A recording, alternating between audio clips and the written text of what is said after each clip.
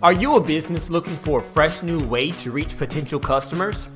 Well, you need to get airtime on IT TV, a 24/7 streaming and on-demand TV service online and on Roku.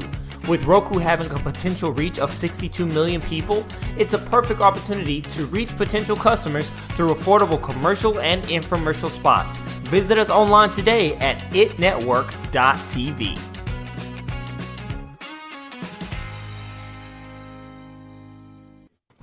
Good morning and happy Tuesday. It's your host, Sharifah Hardie, joining you for another special show. We have some great guests today. We're going to laugh, we're going to learn, we're going to ask some questions, we're going to have some conversations. And you know what? I'm pretty sure there's someone in your network, someone in your neighborhood, a friend, a spouse, a child, a coworker, maybe your boss needs this information. Maybe there's someone who's struggling with business. Maybe you're a new entrepreneur, but they need the information that we're going to share today.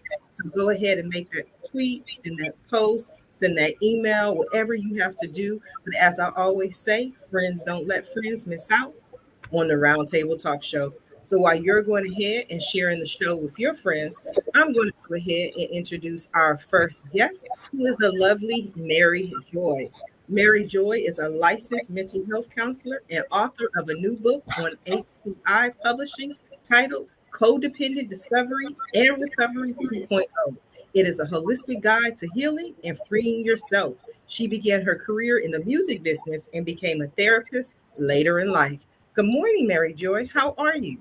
Good morning, Sharifah. I'm so grateful to be here and with everyone else. It's just a delight to do this live, and I thrive when it's live because I used to be a performer. Just throw yourself out there and get to know people.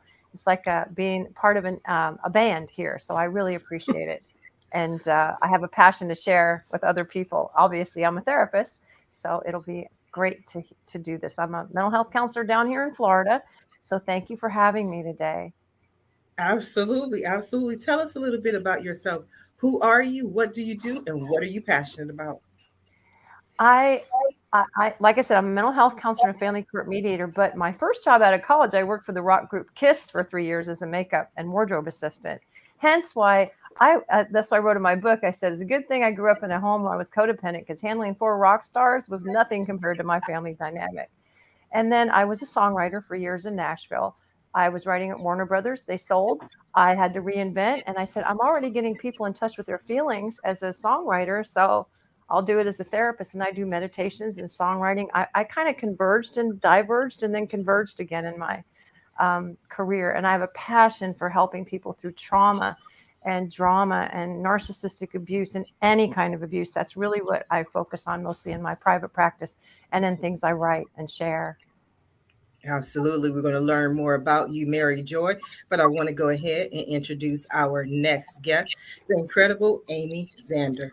She's an experienced podcaster, versed in various topics, brand, marketing, entrepreneurship, and just simply being a badass. Good morning, Amy. How are you? Good morning. Thank you so much for that introduction.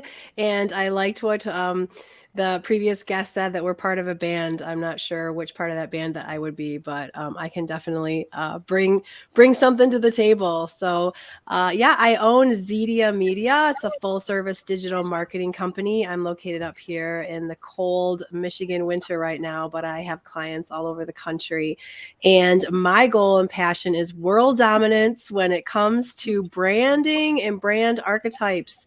I have a great philosophy I use, which is called brand archetypes. I have a passion for helping small businesses. I've owned 5 businesses in my lifetime, and I love helping other people create their brand and their business. So I'm really happy to be here and to learn more about these amazing people that I'm with today. So thank you so much. Absolutely. We're going to learn more about you, Amy, but I want to go ahead and introduce our next guest, Mr. Robert Kennedy. He is a speaker, and he teaches people the power of speaking, creating powerful experiences through communication and connection, speaking for influence, and so much more. Good morning, Robert. How are you? How are you? I like to bring theme music. How about this?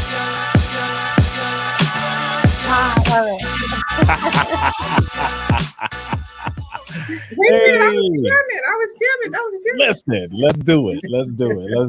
Let's jam. Yeah. Tell I us love about it. yourself.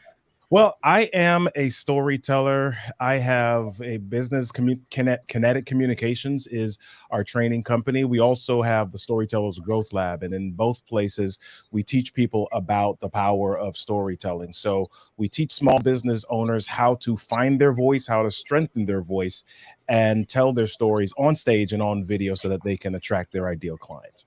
So I have in the past, one of the things that has been a challenge for me, and I'm sure for a lot of people, is really being able to speak up and find your voice. So a book that I wrote last couple of years ago is Find Your Voice, 28 Secrets to Inspire You to Speak Up.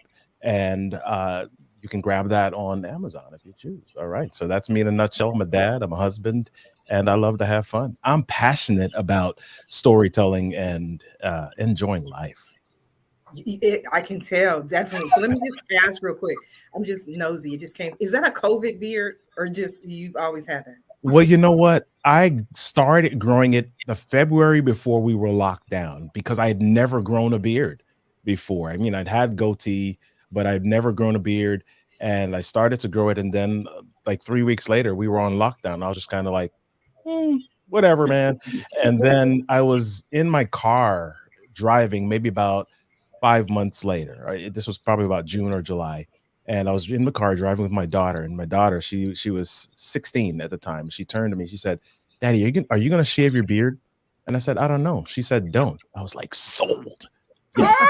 I love it. I love it. I love it. We are going to come back to you, Robert. I just want to go ahead and introduce our next guest, Mr. Andrew Armitage. He's the founder of award-winning digital agency, A Digital, and the author of the best-selling book, Holistic Website Planning, Positioning Your Website at the Center of Your Digital Transformation. He's an advisor on business growth programs for local business and is passionate about supporting the skills of school leavers considering a career in digital. Good morning, Andrew. How are you? Good morning, everybody. I'm really well. How are you? It's great to be here. Thank you. Really appreciate you inviting me onto the show today. Absolutely. So no theme music for me? Like once I get spoiled, I need a lot of attention. Well, I probably could, but it's just going to be the default. So it's probably one that we'll say for another day. But no, that was a great introduction, wasn't it, by Robert? Absolutely. Tell us a little bit about yourself, Andrew. Sure. So as you said, I run a digital agency and we work with companies of quite a range of sizes. So we're building websites. We're helping them to promote their businesses online through digital marketing, email, social media, that sort of thing. And outside of work, I love mountain biking. We live in a national park, so it's great. We can get out and about and walk the dog, do the biking and all that kind of stuff. So we're really blessed in that sense for where we are. I've got a family. I've got a wife and 2 kids and a dog, and life's good. We're looking forward to hopefully a more positive year in 2022. You live in a national park? Yeah, we're just on the edge of the Lake District National Park. So we're in the northwest of the UK. So it's an area which is mountainous and we've got lakes. So it's really a wonderful place to be. Wow, that's good. I didn't even know you could live in national parks. I thought that was like public domain, but we'll find out a little bit more about you. We want to go ahead and introduce our next guest, Mr. Raj Goodman Anand. He is the founder of Goodman Lantern, a team of native English content writing services that help businesses sell better and grow faster. At Goodman Lantern, they strongly believe in gender equality and women's economic empowerment. So much so that 80% of their existing team are women. Good morning, Raj. How are you? Good morning, Sharifah. I'm good. Thank you very much. Thank you for having me on the show. Lovely guests, and yourself. It's a real pleasure to be on.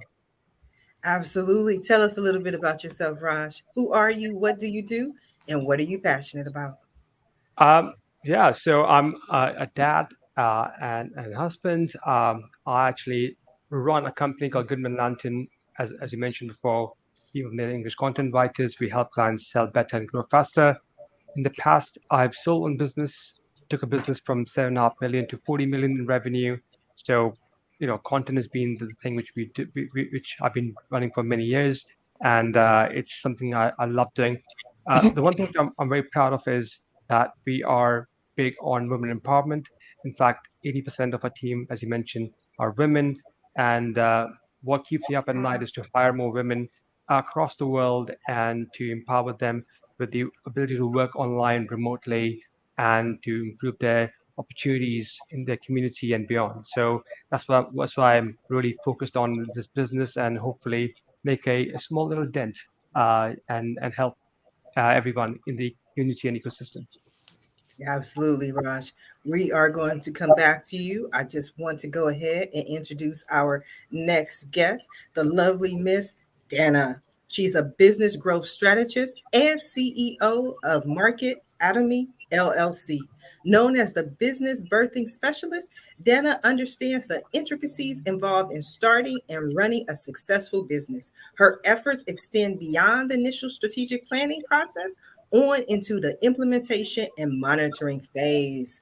Dana, good morning. How are you? I'm doing excellent, Sharifah. Thank you for that introduction. Save the last for least, huh? That's what they say. That's what they say. That's what they say. Yes, I'm really excited to be part of this group here. I know a few of you from my podcast series that I do. I've interviewed you. As Sharifah said, that I am a business growth strategist. I'm a sequencer. What I do is I work primarily with early stage businesses. I say early stage because I'm on a movement. My dream is not small, it's big. I am on a movement to decrease the number of failed businesses here in the United States and the world through education, resource management, and accountability. And I do that by working one small company at a time. Wow. I love it. I love it. We are going to come back to you, Dana. We're just going to go ahead and dive in and jump into the conversation. I want to go over to Raj real quick because it always interests me when men talk about women and helping women and supporting women and hiring women. Why are you so passionate about women? Good question, Sharifah. Thank you for asking that question. As it happens, it's something which I developed over time. So, as I was growing up, I had the fortune to grow up in the Middle East and in India, and I saw a lot of women who were in my school at university. Very talented, definitely far better than what I could perform as a student or at university and school. But unfortunately, they never made it to the next level. I see there is a bit of a discrimination happening against women, in my own family, friends, and I want to change that. I have a 1-year-old daughter who will join the workforce in the next 18 years or so. I want to make a change before she joins it, and I want her to come into a fairer economy. I really hope that I can make a small change in the way we think. I find that very interesting. I want to go over to Robert because we were talking to Raj about women and hiring women, but you also help to give people, not just women, a voice, correct? Yes, that's correct. That's correct. Go ahead. Yeah, no. I work with small business owners as a whole. I think if I look at my demographic, the majority of the people that I work with do tend to be women. And I don't know the full reason for that, but there is data that supports women as really being the ones that drive small business, and especially as they get to a certain space or season of life, really beginning to push themselves into further discovery and further impacting the world through the passions that they've developed. So, as I think about age groups, as I think about late 30s, 40s, early 50s, the majority of the small business owners in that space tend to be women. And so also a piece of that is that women in that space also tend to be a little bit more hesitant to share the fullness of their stories. And so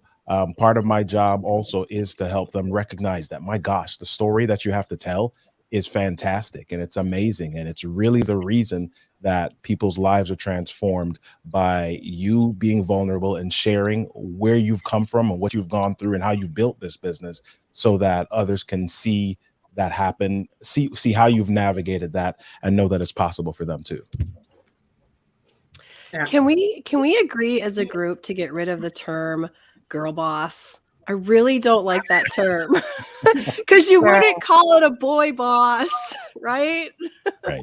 No, and you're absolutely right. And I love hearing, what both Raj and Robert have to say, because, when I originally started my business in 2009, coming out of a very male-dominated industry, meaning the architectural engineering and construction market, I had a transition there where I had to move from working in a male environment and taking on that personality to moving more into a softer approach to how I worked with my clients.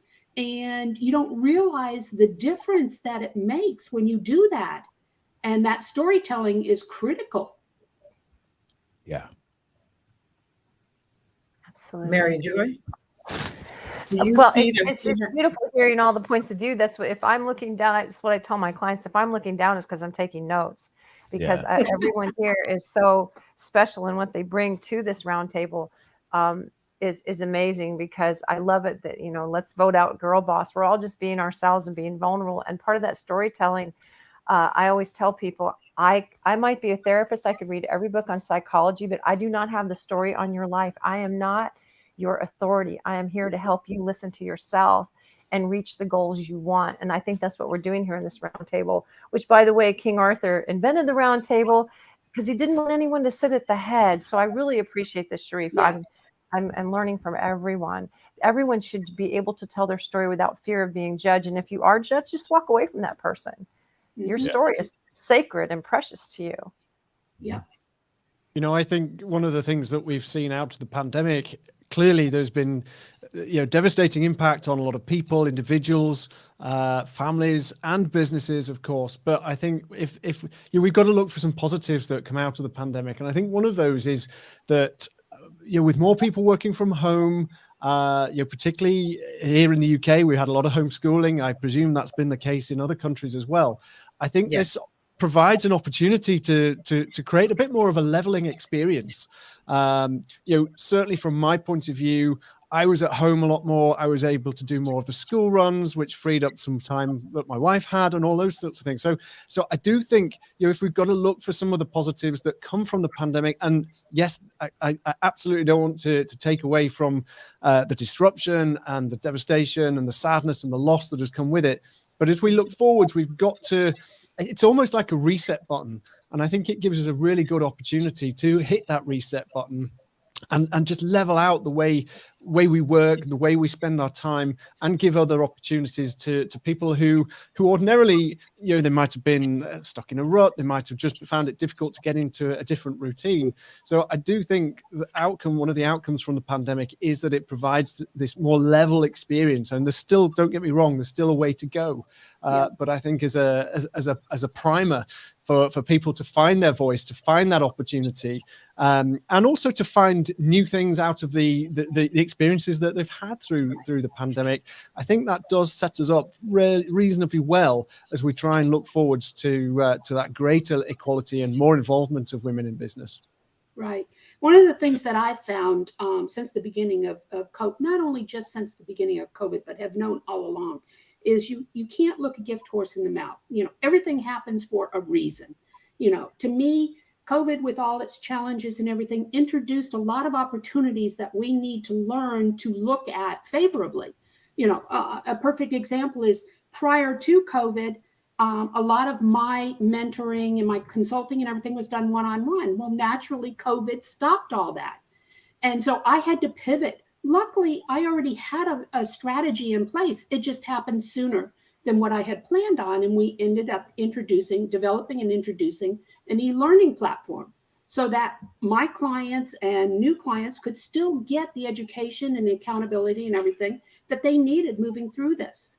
And COVID has opened it up to where we have a large increase of new businesses starting up which they need this help. Absolutely. It goes to something that I often share with my clients that come to me with PTSD. And I've been through trauma, so I didn't learn some of the stuff I teach through a textbook. But there is post-traumatic stress because, I write for Daily Ohm too, and I'm working on a project about post-traumatic growth. And it's what Dana was saying, that we can, I always say, so this may be a bit irreverent, I won't say the bad word, but we use manure for fertilizer. So these have been pretty manure-filled the last couple years. And you can use them to find the fertilizer and grow from it and not stay stuck down in it. So hopefully people are taking inventory and learning to, I love the image of that little weed that pushes through the asphalt or concrete. Like it wants to grow so badly, and it does. So I hope people can pull something out of the traumas they may have endured during this time and find what they learned, not from it, but because of it, in spite of it. Right. Exactly. I think one thing which I noticed from this experience of being forced into a pandemic and working from home is that teens have suffered quite a bit, especially when they can't go to the office they used to, or the workplaces they used to work at. It's been really, really hard for them. And I think one thing which we all want to do, and we try to do quite a bit, is to be there to support them, to listen to what they have to say. For every check-in we ever did, we often asked our managers to kind of go in and spend at least the first 20 minutes or so to hear them out if they have any traumas, have weekly roundups with them, just going to see if things okay, and a monthly check-in with the entire team through WhatsApp or what else that might be. But I think teams have suffered quite a bit. Imagine not only being able to, take care of the families, but also the income, for example. It's been very stressful for everybody. And I think all of us, need to be a little bit more sympathetic towards our teams and do whatever we can for them. So sometimes things have been, not up to the mark, but we let it go because things have been very tough. I don't know if anybody else experienced something similar with their teams as well.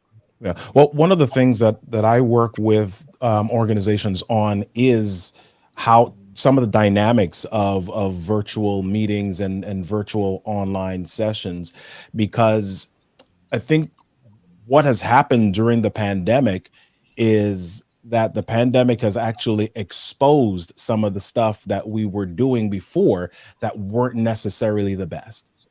We kind of come to a meeting, we come in and we just, we talk a certain way and we assume that because everybody's in the meeting and they're looking and they're nodding and they're smiling a little bit, that they're really paying attention and getting all of the information. And then the pandemic, what happens is, okay, I'm not nodding, I'm not paying attention, I just turn off my camera. Right. And so in the face-to-face meeting, you can't do that unless you put a bag over your head. That's kind of conspicuous. Everybody would see the bag. Right. So the stuff that people were doing in person, they try to translate that to what they were doing in a Zoom meeting or virtually. And now the impersonal nature or the lack of empathy, as Raj just mentioned, is now exposed. And so what we've really been part of what we've been doing is really sharing with online teams how to be more intentional about the time that you have, recognizing the challenges of being in the virtual space and having more real conversations instead of just, chucking data, chucking information at people, really pulling out the personal stories and the personal experiences of people and recognizing that they're human and acting accordingly. Robert, that's interesting that you say this, because we're talking, more in the work environment. But what about what happened when COVID first started coming around and the hostility between the vaccine and non-vaccinators, and the stories that came with that? That really upset me for a long time, because I have my own reasons for doing what I do. And why can't we as a society accept that? Yeah. I think not just with the vaccine stuff itself, I think especially in the US, the election season, racial sensitivities, all of this stuff is kind of is poured in to this mixing bowl, and everything is just kind of, you know, just being thrown up, and people are frustrated. And sometimes when you're frustrated, especially if you're in a space where you're having challenges in your own life, or maybe over the course of your life, no matter what your skin color is, you just feel like you haven't been heard, right? And so now you find a reason to grab onto a specific fight, whether it's factual or not, and you're kind of like and everybody is you know, just doing that stuff. And you know, I hear some of the reasons for people saying, I'm not going back to the office unless everybody there is vaccinated. I'm kind of like, dude, that's not how this works. That's not how this works. Just because you're vaccinated, you don't automatically have this iron shield or this cure that has happened, right? It's, you know, it provides a little bit of a protection, and your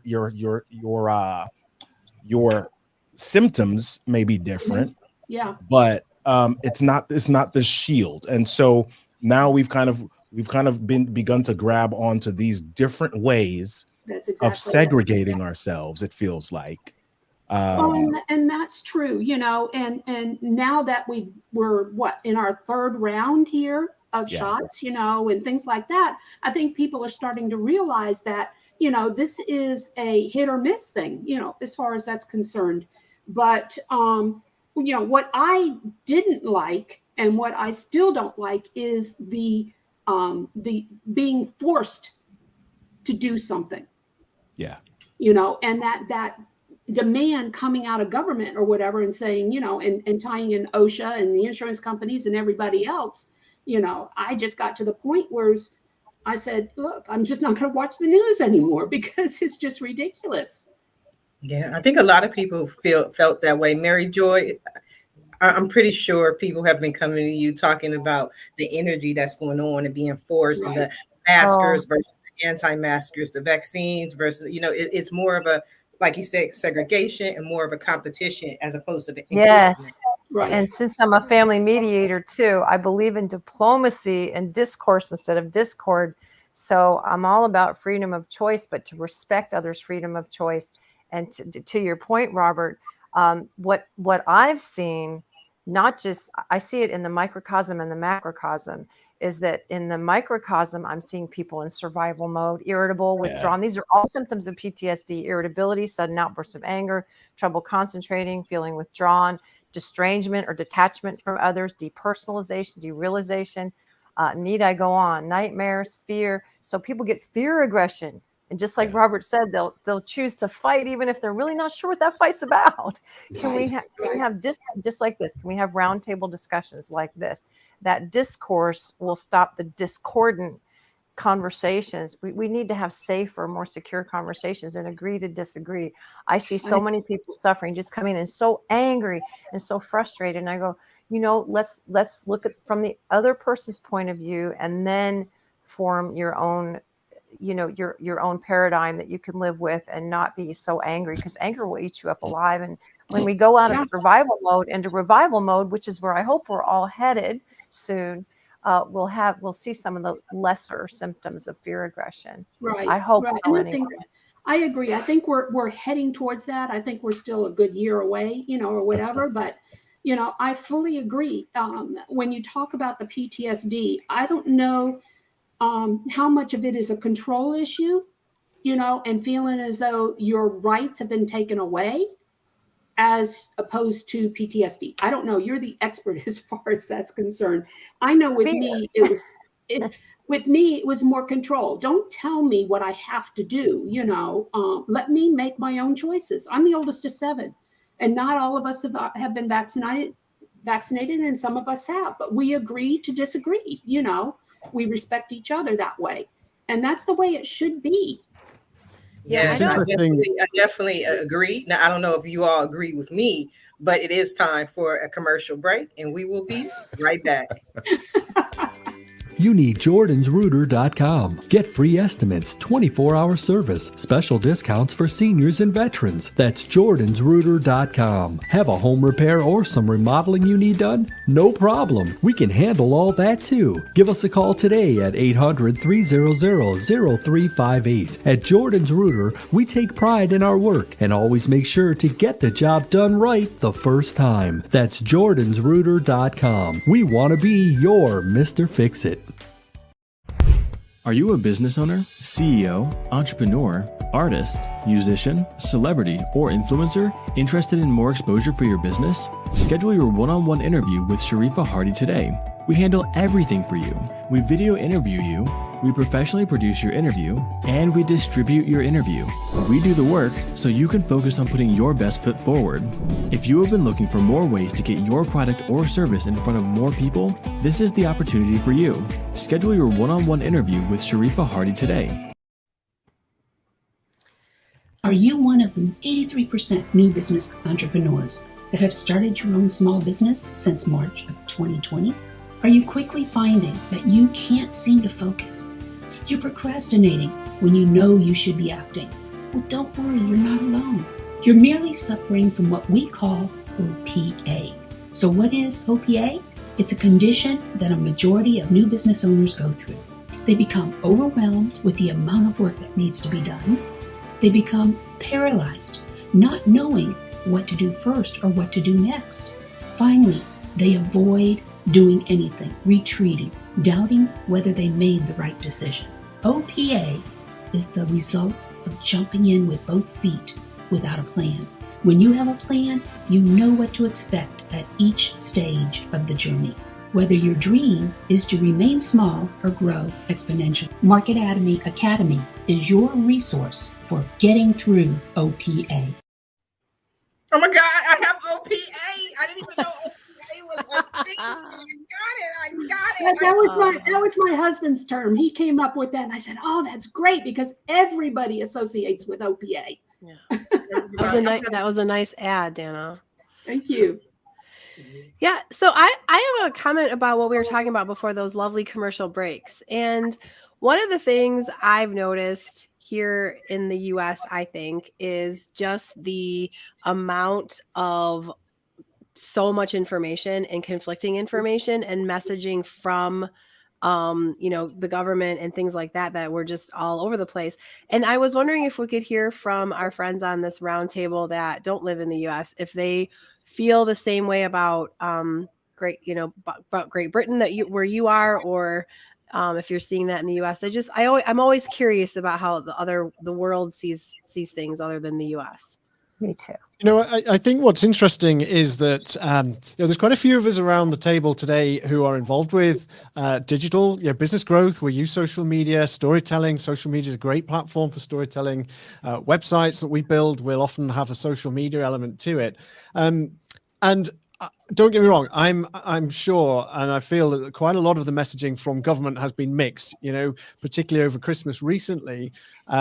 We were told that we shouldn't go to work, but we can still go and have a Christmas party with our co-workers. So that's a really mixed message. But I do think that in some cases, the debate becomes too big when it gets exacerbated over social media. And that's where you get a lot of people weighing in. You get all these different opinions. You don't get context. You don't get context with social media. And that's where you get these really strong opinions, and it becomes a bit of an angry place. And I think social media has definitely got some accountability here in terms of this discord that you were talking about earlier.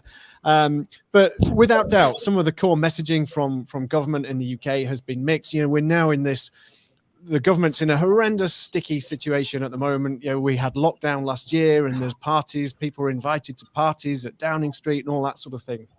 And I really think that the views and the messaging that government is able to give out now is becoming vastly watered down because there's been so much confusion and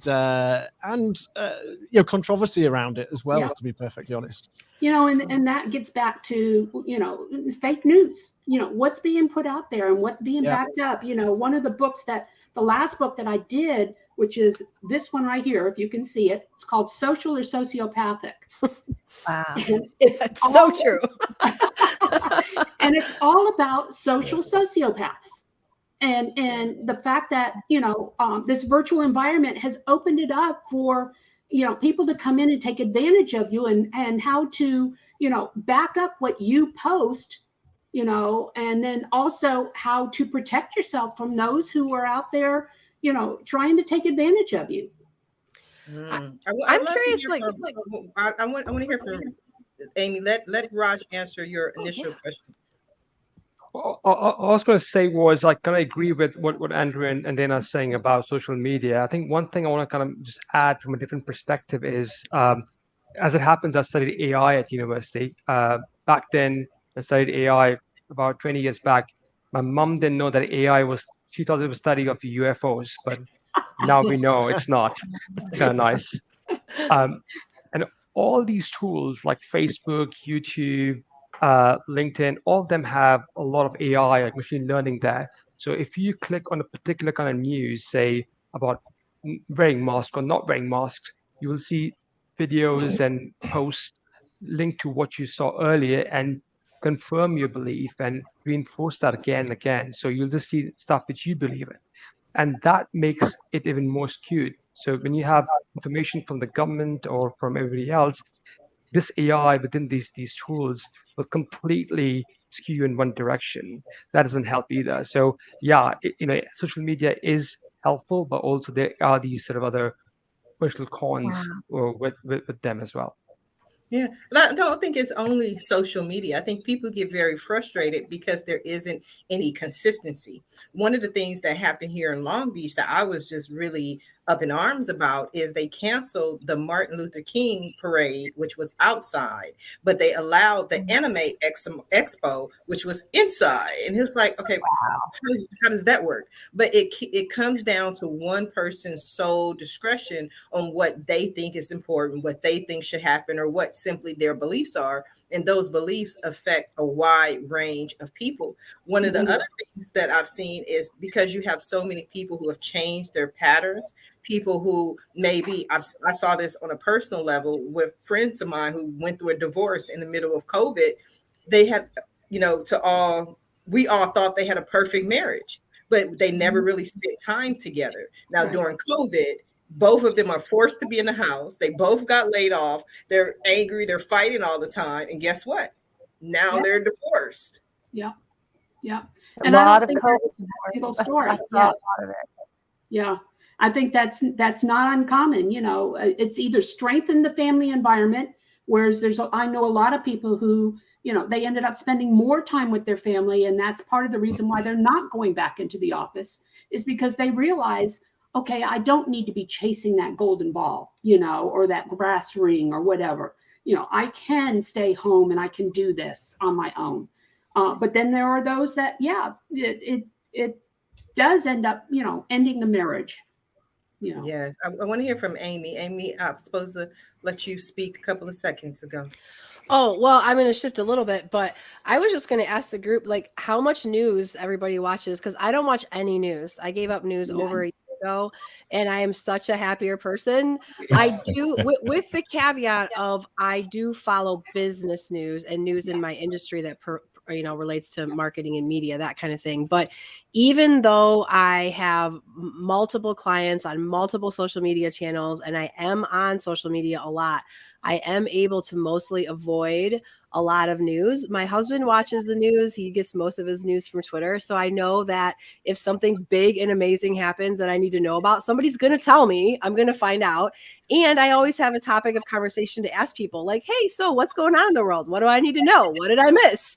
And I for my mental health, I am so much better. I do not watch the news. And I just wondered how you guys feel about that. I can so agree with you, Amy. I have not watched the news in probably a year and a half.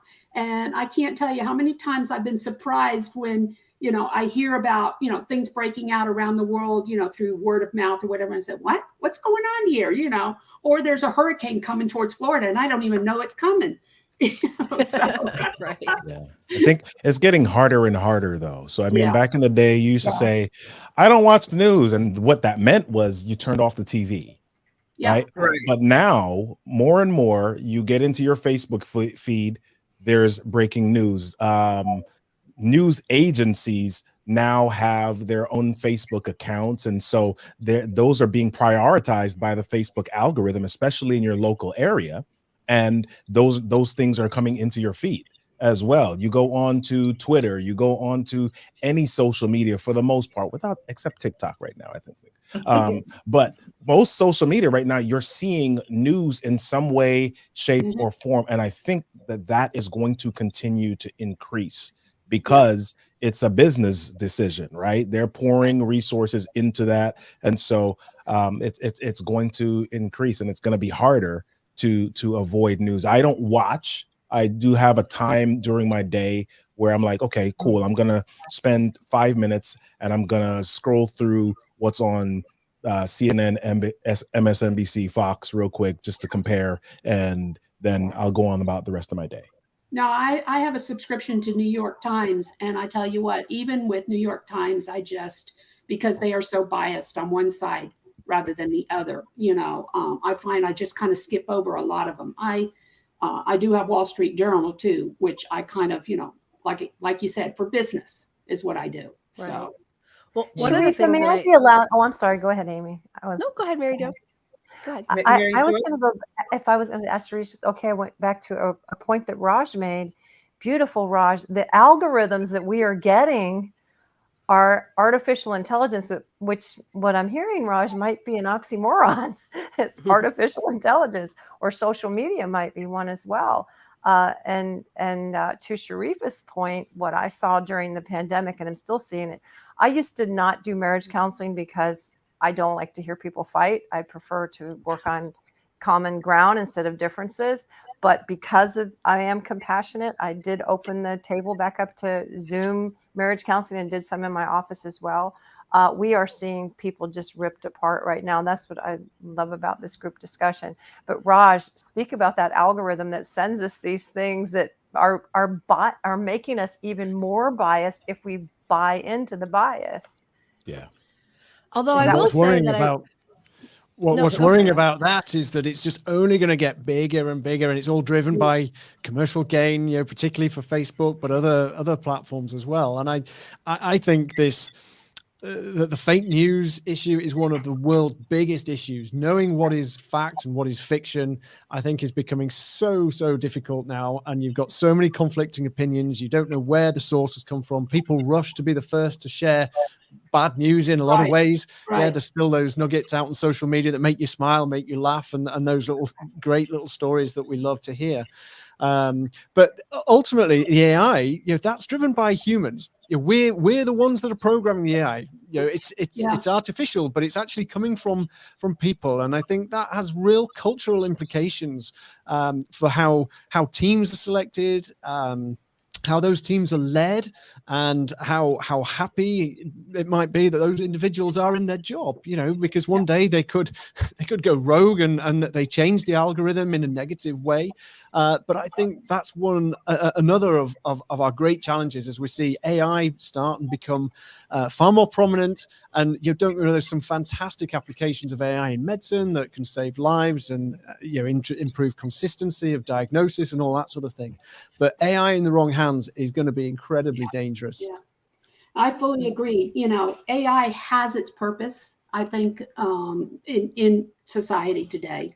And Mary Joy, I've been married 38 years as of New Year's Eve. So we've been able to make it. But I decided a long time ago, I was putting too much pressure on my husband to make me happy. And I had to revert back and realize I had to make myself happy before I could, and I think this is a lot of what happened in COVID is, all of a sudden they started realizing they had no other crutch to rely on to make it through the marriage, and they had to rely on each other, and they realized how incompatible they were. Well done, Dana. I must say, I've been married for 10 years, and I feel like, wow, it feels like a lifetime. But 38 years. I mean, bravo. Well done, you. Seriously, it's real achievement. Yeah, that is an achievement because I can't even do 3 years. Say something. Amy needs to say something. I want to. Amy's got to say something. Yes, no, you do. I hear it. No, I'm sorry. I keep trying not to interrupt people. I'm really sorry. No, you're fine. No, I want to hear. Yeah, so one of the things I'm really excited about our time in history right now is the renaissance of art that is happening. And historically, renaissance of art has happened after major wars or pandemics or things like that. And it is amazing. I mean, there's, we saw all the pictures and posts of people making their own bread and trying crocheting and things like that during the pandemic, which is amazing. But I am really connected to the local art scene here in Michigan, and there are so many amazing emerging artists.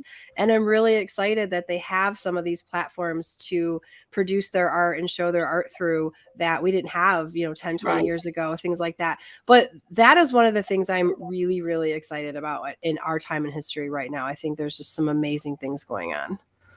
Yeah, you had a lot of people who went in a different direction, mainly because they had a lot more time to do that. They had time to reinvent themselves. They had time to create. They just took off 2-3 hours of their day just in the commute. And now they can ask themselves. That's why you have the great resignation, or one of the reasons why people say you have the great resignation is more people are opening up and saying, okay, it's not what I have to do, but what is it that I want to do? What is it that really drives me? And I think that's a part of finding your voice. What would you say, Robert? No, I was saying I fully agree. I think there's a little bit of both in that some people are discovering that they can generate wealth. They can generate things for themselves now, and they don't have to depend on a boss or somebody else telling them or setting the agenda for them. And I think some of that is also age-based as well, because I'm in the speaking industry, and in the speaking industry, what happened was March of 2020 came and everything shut down. Speaking gigs no more, training gigs no more, anything in person went bye-bye.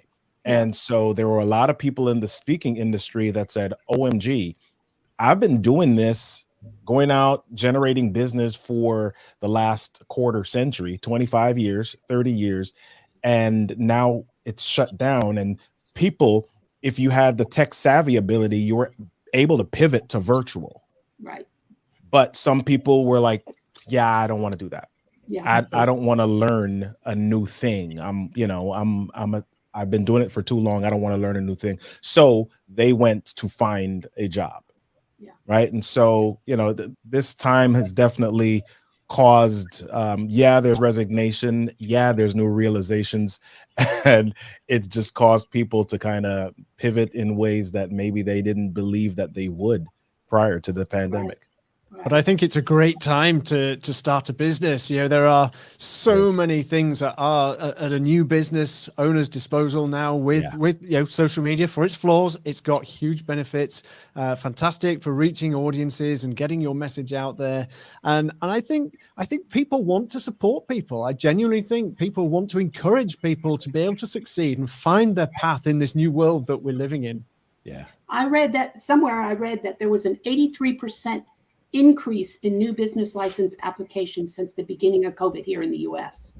That's a huge increase.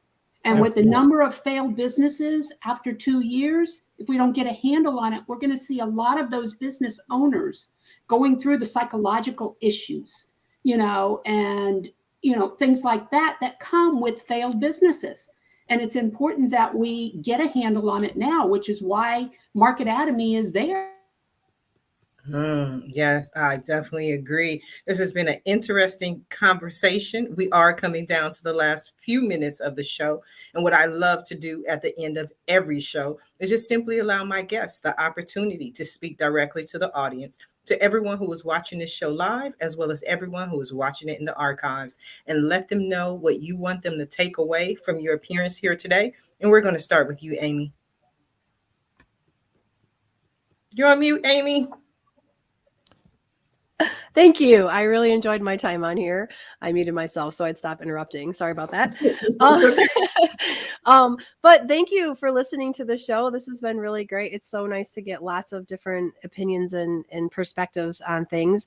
And just a plug about me, I do branding. And if you want to kind of learn more about brand archetypes, you can go to brandarchetypes.com, and there is a free questionnaire on there. It can tell you which archetype that you are most likely to be, and find out more about your brand. It's important to find out your brand before you try any marketing ever.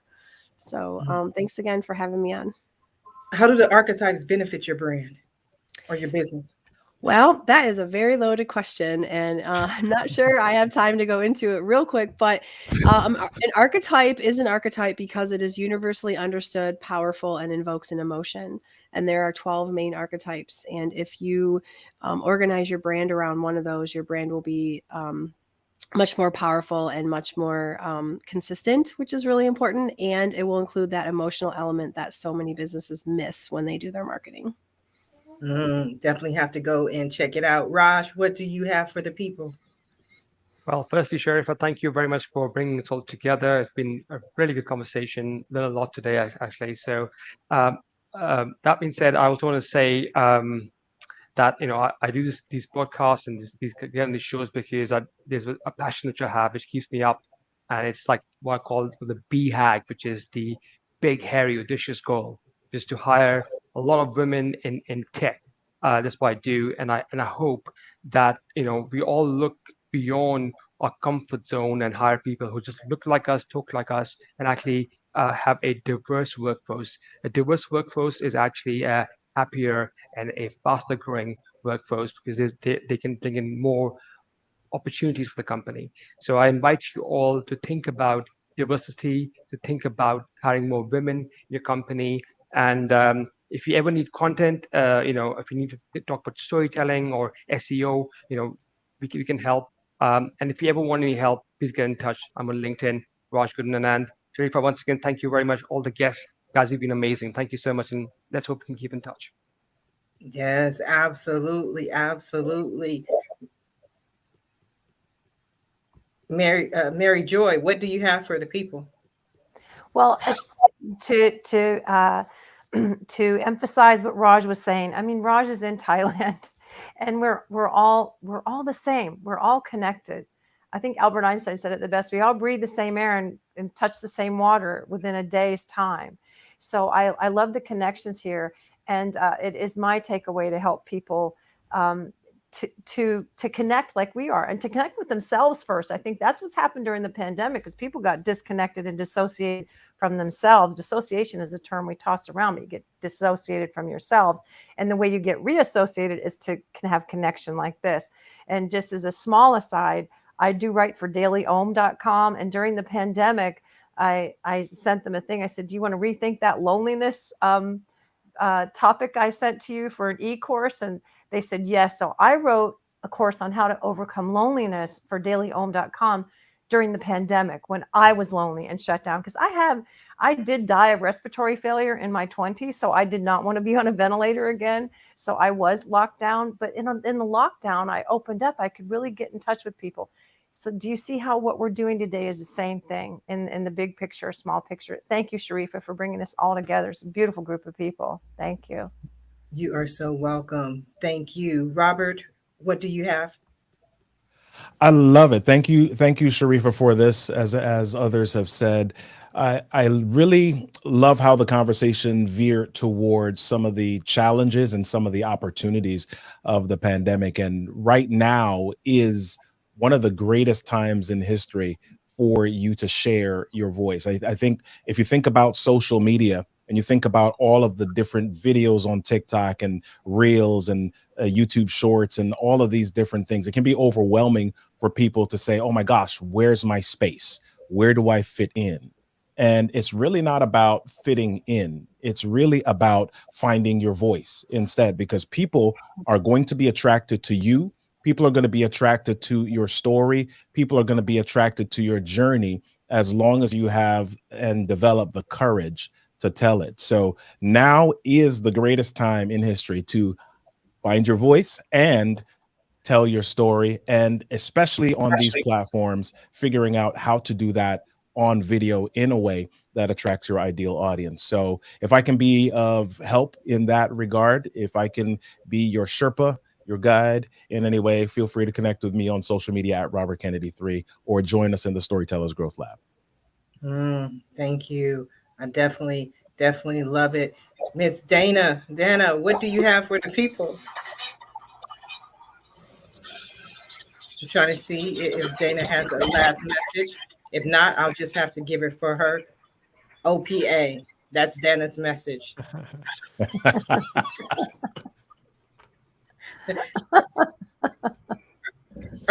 I don't know. Dana? Okay, so we're going to go with Andrew. Yeah, thank you, Sharifah. I really enjoyed being part of this roundtable. Some really interesting conversation. Great to hear everybody's experiences and views and learn from those as well. I think I would very much echo what Robert has said in terms of now is a fantastic time to find your voice, to tell your story. The pandemic has been a leveler. I think people are looking for human connection. I'm a firm believer in people buy from people. And something I was once told was don't underestimate the mountain of value you're stood on. And this was a story that someone once told me, whereby they'd climbed a mountain and they were looking across at the view and they could see another mountain in the distance. And they were thinking, oh, do you know what? That looks an amazing climb. I'd love to go and climb that mountain. And he said, but then before we set off from the summit of where we were, we looked at each other and we realized we've just climbed a mountain. We've just made that achievement. So don't underestimate your achievements. Have ambition to climb the next mountain, but celebrate your successes. Don't underestimate who you are, the voice you've got, or the achievements that you've made so far. Beautiful. Absolutely. Beautiful. That was definitely a beautiful way to end the show. I want to thank you all for being guests on today's episode of the Roundtable Talk Show. And I especially want to thank everyone who tuned in to watch this show live, as well as everyone who is watching in the archives. I definitely appreciate your support. I appreciate you watching. I appreciate you sharing. But as always, the most important thing to me is that you support our guests. Our guests are here this morning to support you, to give you their expertise, share their views with you. So please support them. Visit their websites, follow them on social media, send them a message, reach out to them. And when you do, please let them know Sharifah Hardie says hi.